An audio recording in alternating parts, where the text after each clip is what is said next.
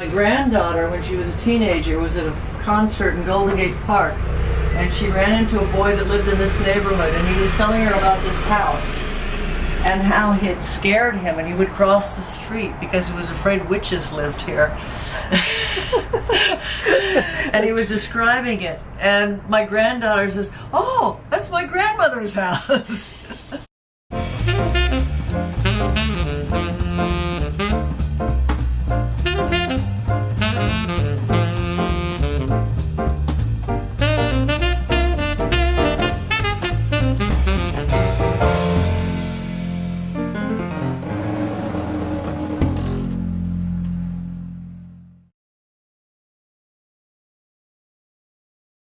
Home.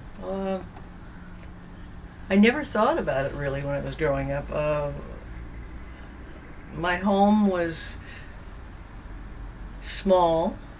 The house we lived in, my mother was a widow, and I didn't have my own bedroom. I slept on the studio couch. I made up the bed every night just in the living room where I slept. I grew up in a culture that treated women as they're supposed to be the helpmates of the men. They were supposed to be subordinate to the men, and I grew up in that Midwestern culture that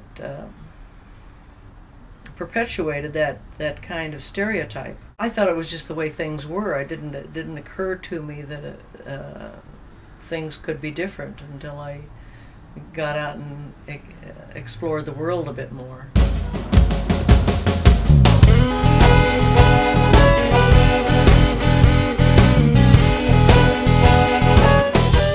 Came out from Wichita. I came out with Bob Brannaman, who was a painter, who I considered a genius at that time. And when we arrived here in San Francisco, there were already people from Wichita out here. And Bruce Conner was one of those. When he asked me to be in a film, I pretty much just trusted that whatever he did, it would be a work of art and not just something sleazy.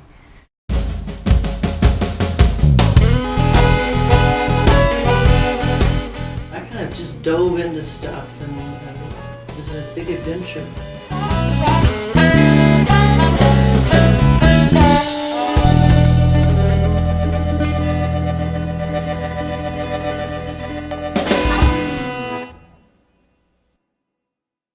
At this point I was kind of scattered. You know, a lot of the ideas I'd grown up with were kind of fragmented. It was like a star that's been shattered and the pieces are sort of floating around. I started praying for guidance, and I started reading the Bible. And for me, the cross became a very important symbol, not as a symbol of crucifixion, but it was like it created a magnetic field. Mm-hmm. And all the parts of myself that had been scattered circled. You know, it was like a cosmic star experience. All the fragments of myself came around and collected around this magnetic field created by the cross.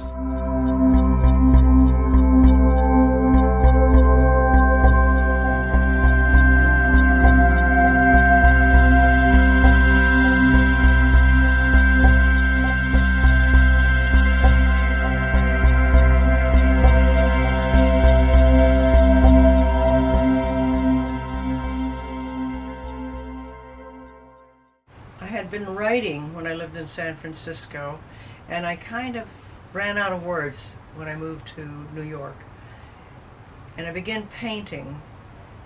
In fact, the first major painting that I did, Body of Christ, Body of Man, I had a dream about working on it, and I woke up and stretched a big canvas and went to work on it, and it was a religious message painting. It was about whatever we do to each other, we are doing to Christ, and that if you want to serve Christ, you're not cruel, you don't make war.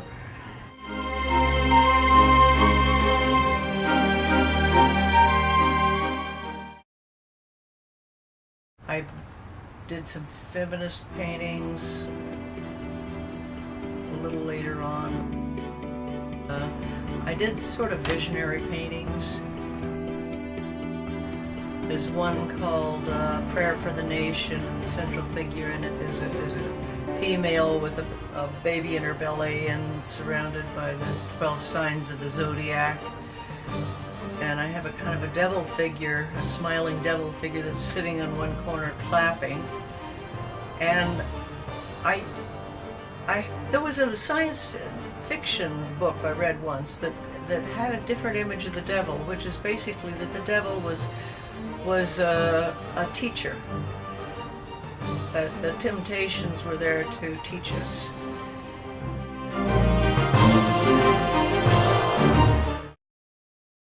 A lot of my paintings are collage. My Christianity is a collage too. Taking what makes sense to me and putting it all together in one piece. I'd gone through a period of going through various disciplines, self-discovery disciplines. I'd done training, I'd done weekend workshops and enlightenment intensives, and I had done primal scream therapy, and I'd gone through all kinds of disciplines. I was doing meditation on a regular basis, and at one point in my meditation I decided to cut back because I was getting so peaceful. I felt like I could just go sit in the cave and not do anything but meditate the rest of my life. And I thought, no, I'm too young for that. That'd be a waste. So I cut back on the meditation and started, actively looking for a life partner. Before that, I think I had wanted to be married to someone who was a genius. And at this point, I said, I just want an ordinary guy, a regular guy that I can have a family with and have a regular life with. No more of this genius stuff.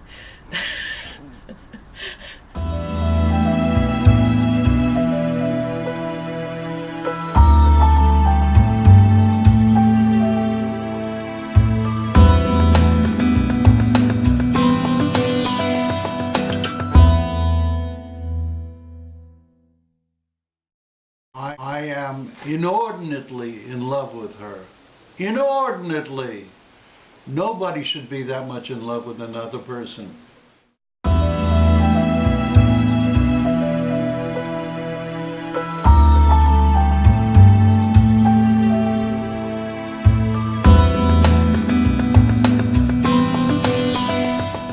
We bought this house in January '76, and then it was a fixer-upper. The first night we spent here, Leonard went in the bathroom downstairs, leaned on the sink, and it fell off the wall. And I had a dream that I was going to have a baby. And I woke up from that dream, it was a very powerful dream, and I thought, if I'm going to tile the house, I better get it done before the baby comes, because I'm not going to have any time. Well, I never had a baby, but I did tile the house.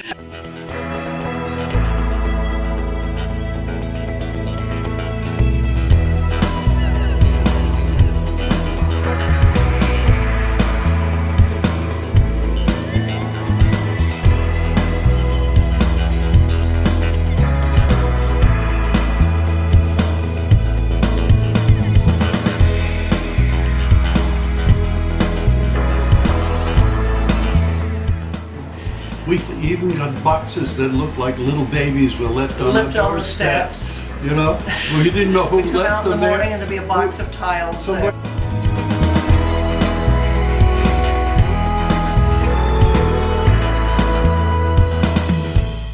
When I think about the house, what I've done with it, it's really what women have always done with their homes. They've decorated them, made them beautiful as they knew how. They've needle-pointed pillows. They've made quilts, and so I just continued in that female tradition, but a little more extreme. Many books they talked about cavemen painting, and I asked myself, why do they always say cavemen? And was it possible that there was also cave women?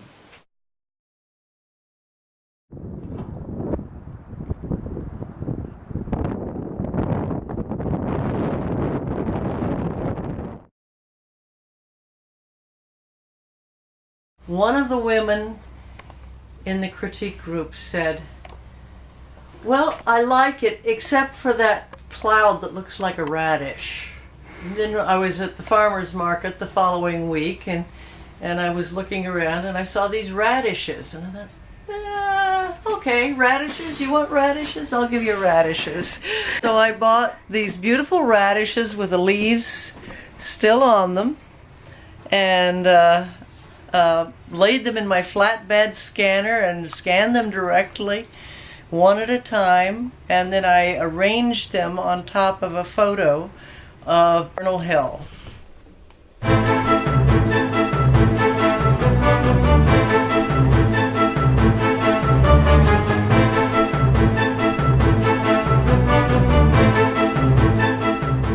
Particularly after I retired, I would walk regularly every day and walk up and around the hill, and I'd always take my camera and photograph anything that looked interesting. Could be an arrangement of stones on the ground, or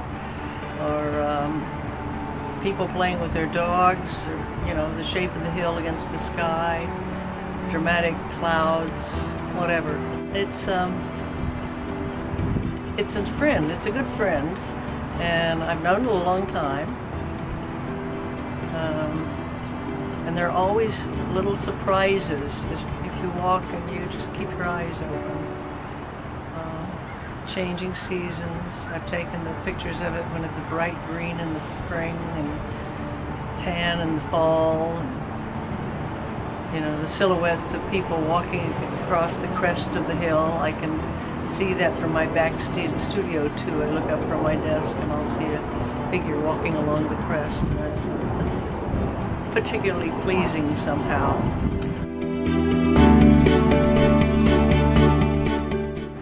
What it takes to be an artist, I think it really is.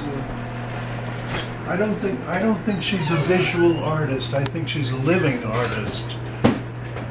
There's an important, discussion on ways of being that are a work of art. Well, there was a quote that I heard said by, I think, the natives in Indonesia when the missionaries first went there, and they have all these puppets and fabrics and masks and stuff that they do, but they didn't have a word for art or artist. And so the missionary asked them about not having a word for this, and the native was kind of bewildered and says, "Well, we do everything as well as we can."